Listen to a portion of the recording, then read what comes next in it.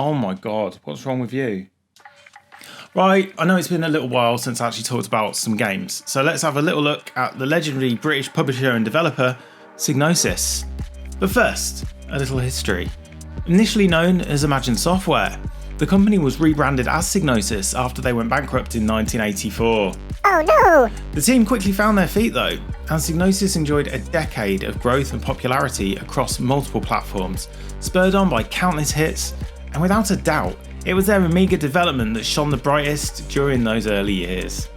But just as the Amiga's popularity began to wane, they were acquired by Sony in 1993, subsequently releasing a raft of titles for the incumbent PlayStation. In spite of this, Psygnosis still retained a degree of independence as part of that deal, continuing to develop and release games for other platforms, including Sony's mid-90s rival, the Sega Saturn. The suits at Sony didn't like this, and eventually Psygnosis was completely merged into Sony Computer Entertainment's worldwide studios in the year 2000, with just small echoes of their once grand place in the gaming world resonating today. Overall, Psygnosis was known for its distinctive art style, challenging gameplay, and innovative game design. Right, I've got the Mister primed and ready, so without further ado, here's 5 of the best Psygnosis games. Let's go. 5. You may not have played Roll Cage, but if you have, you'll understand why it's on this list.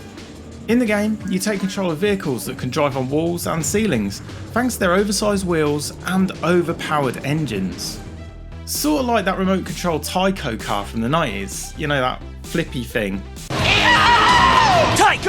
That according to the adverts, that was presumably indestructible.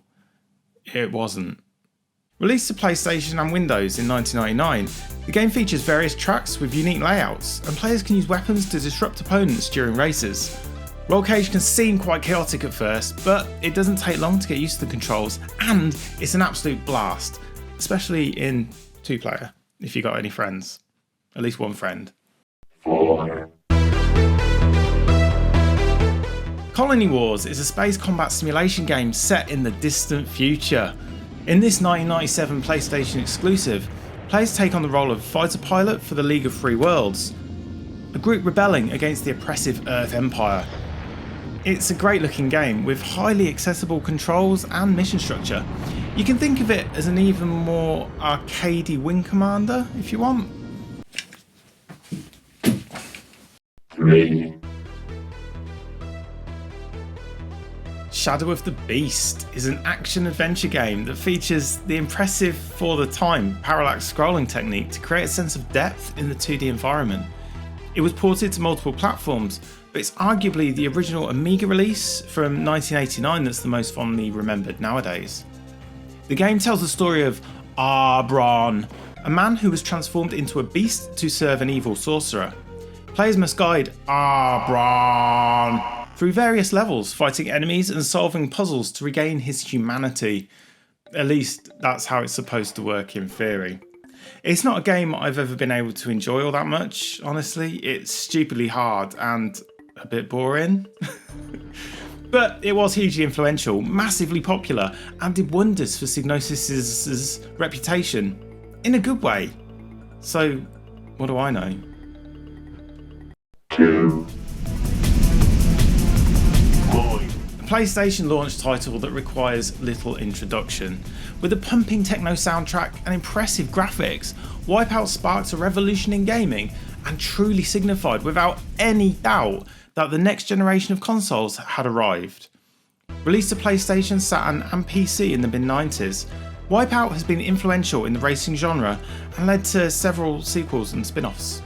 The latest console release being Wipeout Amiga Collection in 2017, which was co-developed by Sony's ex-dev team in Liverpool, England, a team that's roots can be traced back to Psygnosis itself. That's pretty cool. 1. And of course, Lemmings. First released to the Amiga before making its way to literally every other contemporary platform. And I mean everything. Lemmings was ported to the Mega Drive, SNES, NES, Master System, Atari ST, PC, Game Boy, and even the lowly ZX Spectrum. Oh no! According to Wikipedia, Lemmings has been ported to at least 30 platforms since its debut on the Amiga in 1991. The game was a huge success. Wow. Wow. Yeah, I'll get you food. You just have to let me finish this. I'm nearly done, okay? So that's 5 of the best Psygnosis games. Are there any I missed out? Yeah, probably. They did loads of stuff. They had the F1 license for ages. What about Destruction Derby? That was good. I really like that. You may have read that Sony recently renewed the Psygnosis trademark and logo in spite of having not used it in like 300 years. So maybe there'll be a resurgence of the brand at some point. Maybe. Yeah, probably not. If you like this video, do the thing. And I'd encourage you to drop a message down there in comment land. I do try and reply to everyone, so yeah, do that. Oh, and subscribe, please. Thanks for watching. I'm done.